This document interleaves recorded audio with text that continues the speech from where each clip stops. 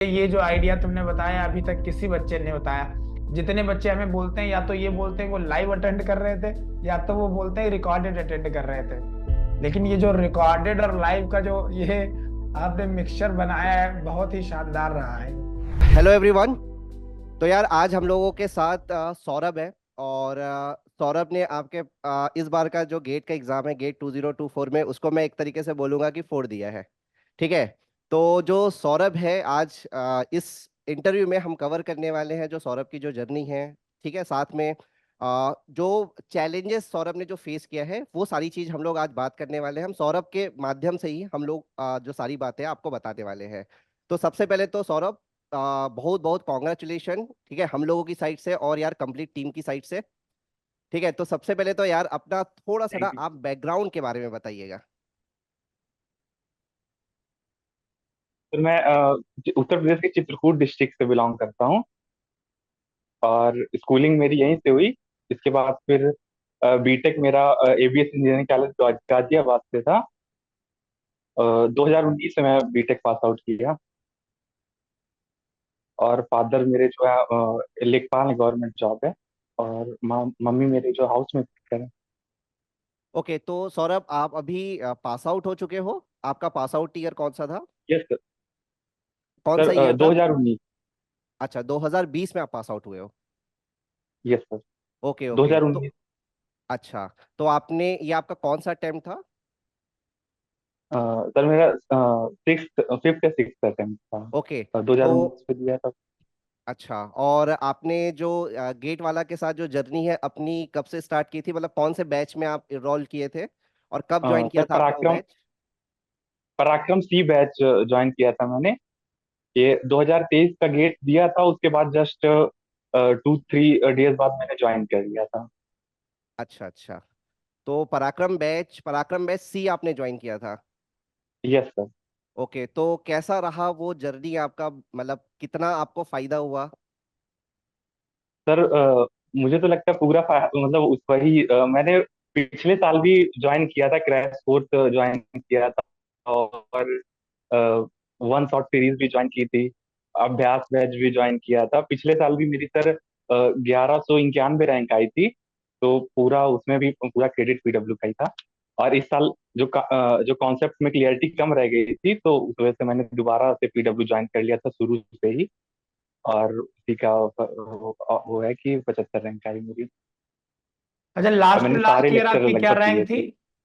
Saurabh, last to last year आपकी ग्यारह क्या सौ रैंक थी? 1191 थी 2023 में। और उससे पहले तो सर 4000 समथिंग थी। ओके। ओके, सो सो काफी 4000 से 1100 रैंक का जो सफर रहा, वो आपने अभ्यास बैच और रिवीजन वाले बैचेस से कवर किया। और 1100 यस। से जब यस। आप 75 वाला जो इसको ये सफर रहा, ये आपने पराक्रम बैच के साथ किया। तो बेसिकली आपको किस किस कौन से ऐसे चीजें मिली जो आपको लग रहा था कि ये रेगुलर बैच में हमको मिली है, इस वजह से हमारा रैंक इंप्रूव हुआ है? सर मैंने तो पूरा लगभग फॉलो किया था। पूरा डीपीपी भी किए थे इस साल। और सुपर 1500 सीरीज भी मैंने की थी। उसमें सर बहुत ही कॉन्फिडेंस बहुत बूस्ट हो गया था उससे। जो इतने अच्छे अच्छे क्वालिटी क्वेश्चन जो कराए गए थे उसमें। हाँ। और स्वदेश सर ने भी जैसे मटेरियल साइंस जो कराया था, वैसे सर कहीं नहीं मिला मुझे। उसे पूरा इंटरव्यू के लिए भी वो पूरा इतना सफिशियंट मुझे लगा जितना अच्छा कराया। और आपका भी सर एफएम भी किया मैंने, थर्मो भी किया आपसे। और थर्मो का मेरा कुछ रह गया था, वो मैं अभी भी इंटरव्यू के लिए आप उसे फॉलो कर रहा हूँ। अभी मैंने उसका एक्सटेंशन ले लिया था वो बैच। अच्छा। तो इंटरव्यू के लिए अभी उससे तैयारी कर रहा हूँ। और संदीप सर ने भी जो एचएमटी मैं पहले पढ़ा था, लेकिन वो पूरा मुझे लगा कि डिफरेंट कोर्स है, डिफरेंट पूरा लग रहा था जैसे हम नया फिर से पूरा पढ़ रहा हूँ था। तो यार सौरभ, एक चीज बताना कि काफी सारे बच्चों को ये रहता है कि देखो, जब हम प्रिपरेशन के दौर में रहते हैं ना तो अप एंड डाउन्स आते हैं। राइट। तो शायद आपकी भी जर्नी में वो अप एंड डाउन्स आए यस होंगे। सर। कभी आप डीमोटिवेट वाले फेज में भी गए होंगे, और कभी आपको लगा होगा भी यार अब मुझे नहीं लगता इस बार हो पाएगा, मतलब कुछ इस तरीके के थॉट्स। तो मतलब बोलने का मतलब ये है कि जो बच्चे आज की डेट में ना काफी ज्यादा प्रिपरेशन, क्योंकि प्रिपरेशन का जो दौर है ना वो एक लंबा दौर होता है। ठीक है, तो मुझे इस पे यस थोड़ा सर। सा ना आप अपना जो एक्सपीरियंस है वो प्लीज अगर आप शेयर करेंगे तो बच्चों को काफी फायदा होगा उससे।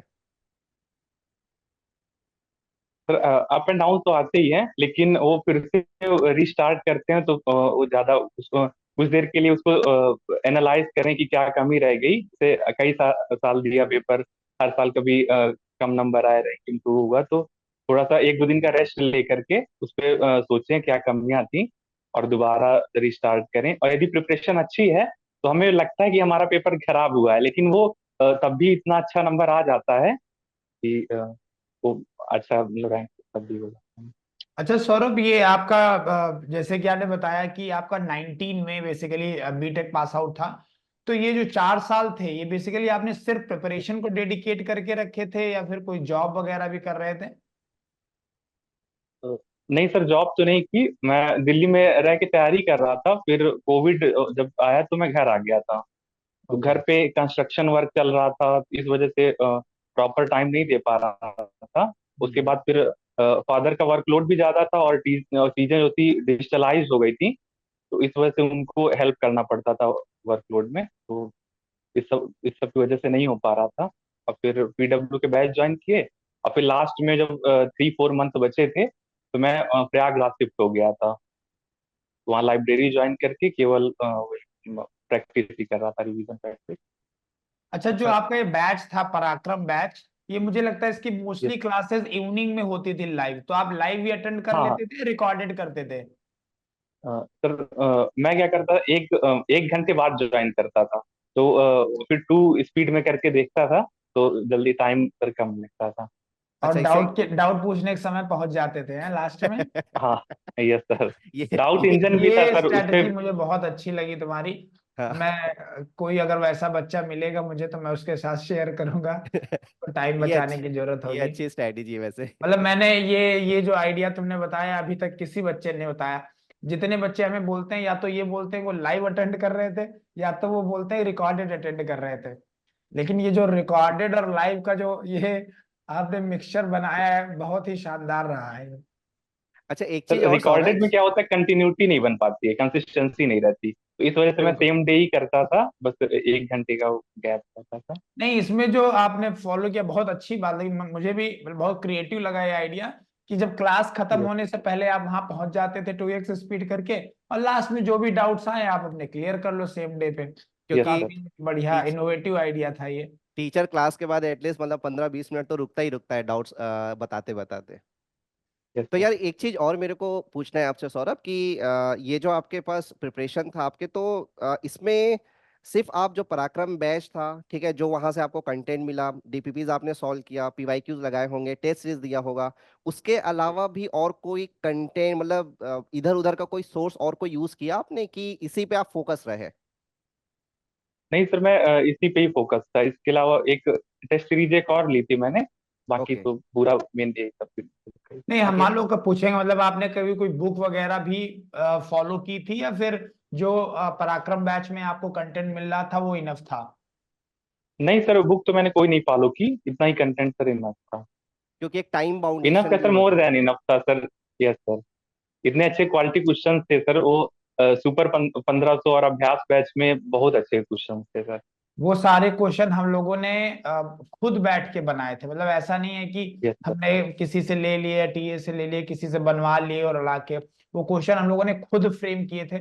और लकीली अभी सर आपने संदीप सर ने भी देखा होगा कि जो हम लोगों ने सुपर 1500 में क्वेश्चन कराए थे, एग्जैक्टली 2 क्वेश्चन जो हैं वो थर्मोडायनेमिक्स में, और बिल्कुल दो बिल्कुल क्वेश्चन सर। मेरे फ्लूइड मैकेनिक्स में एज इट इज देखने को मिल रहे थे। तो बिल्कुल। ये थोड़ा सा उसका रीजन भी यही था कि हम लोगों ने कोशिश किया था कि हर टाइप का क्वेश्चन कवर हो जाए बच्चे के लिए। और वो बेसिकली यस हमारा सर। वो पर्पस भी 1500 सीरीज लाने का वो पर्पस भी हमारा वही था कि बच्चे इतने क्वेश्चन सॉल्व कर लेना तो काफी उनका जो कॉन्फिडेंस है वो काफी बूस्ट हो जाए, तो ये पर्पस भी था हमारा उस बैच को लेके।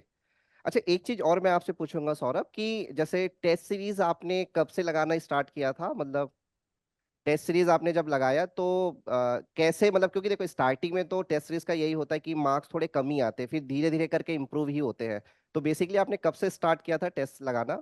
यस सर, ये थोड़ा सा मेरा वीक रह गया था, हर साल मेरे से ये कमी रह जाती थी। टेस्ट सीरीज में ज्वाइन तो पहले कर लेता था, लेकिन हाँ सर, हाँ सर, आ रही टेस्ट सीरीज है। कब ज्वाइन देना पहले कर स्टार्ट लेता। किया था आपने? ज्वाइन तो मैं पहले कर लेता था। पहले जो क्लास के साथ में जो सब्जेक्ट वाइज चलते थे उनको तो टाइम से देता था, लेकिन जो फाइनल टेस्ट सीरीज होता था वो ज्वाइन पहले कर लेता था, लेकिन सिलेबस खत्म करने के कारण मैं टाइम पे नहीं दे पाता था। तो मैंने टेस्ट तो कम ही दिए थे, लेकिन ये गलत चीज था।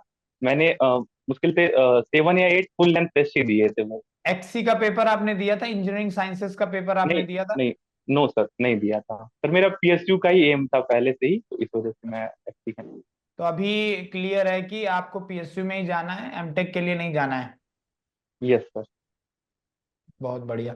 चलिए, आपकी रैंक भी ऐसी है कि मोस्टली जिस भी पीएसयू में आप चाहेंगे, होपफुली सब में ही चांस मिल जाएगा।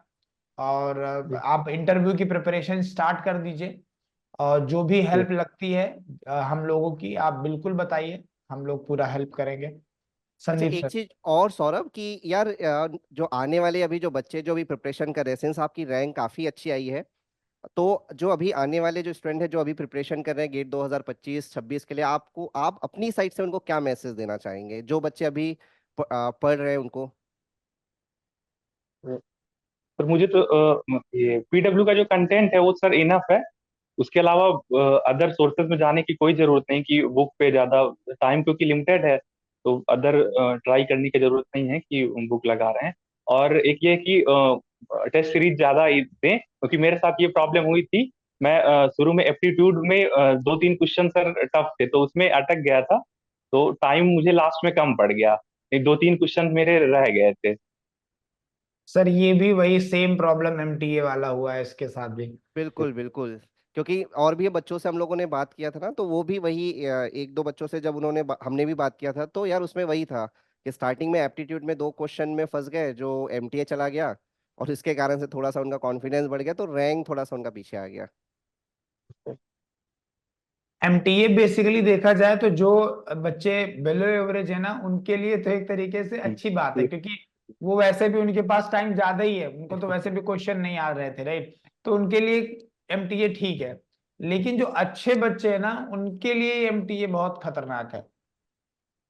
हाँ तो हर साल जैसे एप्टीट्यूड स्कोरिंग रहता था, लेकिन इस बार वो 2-3 क्वेश्चन थे तो मुझे लगा कि ये कम स्कोर हो जाएगा इस वजह से, तो उस पर टाइम ज्यादा दे दिया तब भी, लेकिन हुए नहीं थे तब भी वो क्वेश्चन।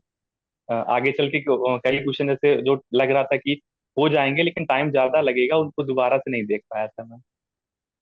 तो अभी तो सौरभ आप पीएसयू ही टारगेट करेंगे, पीएसयू ही आपका मेन एम होगा अभी तो? Yes sir. ओके। तो यार इंटरव्यू से रिलेटेड और भी अगर आपको कोई गाइडेंस चाहिए होगा तो सारे ही टीचर्स आपसे कनेक्टेड है, ठीक है? कभी भी आपको कोई भी प्रॉब्लम आए तो आप बिल्कुल पूछ सकते हो बिना हेजिटेट किए। यस अच्छा, सर। ठीक लास्ट है। एक क्वेश्चन मैं पूछना चाहूंगा सौरभ, कि आप 2019 से पास आउट हुए, अभी करीबन 4 से 5 साल होने वाले हैं उस बात को। 5 साल बीटेक के बाद बच्चे को घर पे बैठना, पापा मम्मी का तो चलो ठीक है, वो तो समझ रहे थे तुम्हारे अंदर का कैपेबिलिटी, चीजें समझ रहे थे। बाकी जो रिलेटिव्स थे, आस पड़ोसी थे, क्या रिएक्शन था? मतलब क्या सोचना था उनके बारे में, मतलब आपके बारे में उनका क्या सोचना था? पर कुछ तो सपोर्ट करते हैं, कुछ रिलेटिव तो जैसे चाचा थे तो वो तो सपोर्ट करते थे कि ट्राई करो, अभी नहीं हो रहा, आगे होगा तो सभी में होगा, ऐसे बोलते थे। और कुछ तो मुझे ज्यादा रिलेटिव से इंटरेक्शन कम ही रखता था। कोई फंक्शन होता था तो मैं ज्यादा जाता भी नहीं था किसी फंक्शन में, क्योंकि हर जगह यही सुनने को पहले तो यही मिलता था कि क्या कर रहे हो, तो इस वजह से ज्यादा हम्म। मैं कनेक्ट क्योंकि नहीं ये कर बहुत पाता। कॉमन सी चीज है, जो बच्चे थोड़ा गैप Yes, लेते हैं ना, मतलब जिनका गैप हो जाता है बीटेक के बाद में, उनके लिए थोड़ा सा ये एक सोसाइटी का जो प्रेशर है ना, वो कई बार बहुत डोमिनेटिंग हो जाता है, बहुत प्रॉब्लम क्रिएट करता है। पर अच्छी बात थी कि आपने सोसाइटी से अपने आप को काट के रखा थोड़े साल, बहुत अच्छा बात अब थी तो ये। अभी ऐसा टाइम है सौरभ कि बढ़िया, अब तो सारे रिश्तेदारों के यहाँ जाओ। yes sir। ठीक है। अभी और जिनसे तुम्हें लगता था कि यार ये थोड़ा गलत सोच रहे हैं हमारे बारे में, उनके यहाँ 2 किलो मिठाई लेके जाना, वो भी काजू कतली, ठीक है? चलो, कॉन्ग्रेचुलेशन वंस अगेन, एंड बहुत अच्छा लगा आपसे बात करके। और जब ऐसे हमारे बच्चे पराक्रम बैच से, श्रेष्ठ बैच से, विजय बैच से, जब इन बैचों से बच्चे निकल के आप लाइक पीएसयूज में, अलग अलग आईआईटीज में, अलग अलग पोजीशन पे अच्छी रैंक लाते हैं, तो हम लोग को लगता है कि हम लोग पास हो गए बेसिकली। राइट। हम एक लोग प्राउड को वाली फीलिंग आ जाती प्राउड है, वाली फीलिंग आती फीलिंग है, आ यस। जाती है। तो बहुत अच्छा लगा आपसे मिलके। बाकी इन फ्यूचर कभी भी कोई भी रिक्वायरमेंट होती है, गेट वाला इज विद यू। कभी भी किसी भी फैकल्टी से, सब्जेक्ट से रिलेटेड कोई भी डाउट है, इंटरव्यू से रिलेटेड किसी भी तरीके का प्रॉब्लम आता है, you can approach us, we will help you.